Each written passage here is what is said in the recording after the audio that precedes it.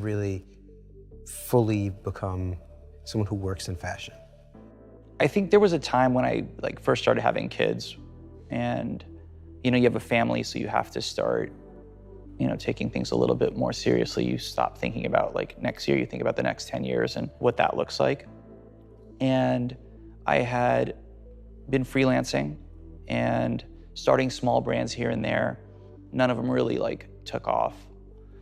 And there was a thought that I really want to, give it serious 200% to see if this is really for me, and fully kind of commit, because up to then I was just kind of being creative and doing things day to day, but there was no big giant picture.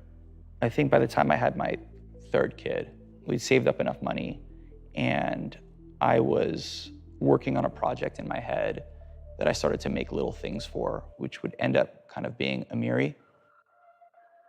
It was just kind of based on the premise that luxury goods and that thought of luxury and exclusivity is a destination for a goal that not a lot of people try.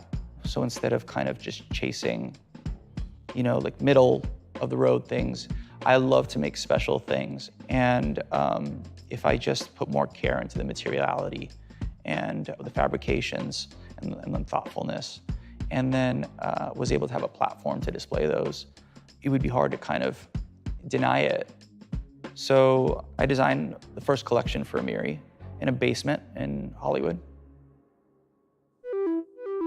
Where did you get the startup capital to sort of get that ball rolling and produce that first collection? Yeah, we had saved up between me freelancing and everything, we'd saved up $30,000. You and your wife? Yeah, Okay. yeah. And since I did almost everything, I didn't need 15 people to put together a collection. And I guess this is kind of where a little bit of clever strategy came into place.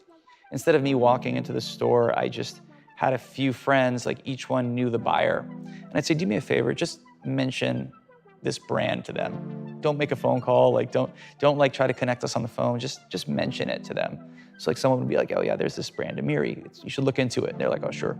Then a week later, somebody oh, by the way, there's a brand Amiri you should look into, And so many different touch points. By the time I made the phone call, I got in touch with the buyer. I'm hi, I have this brand Amiri. She's I've heard of your brand everywhere.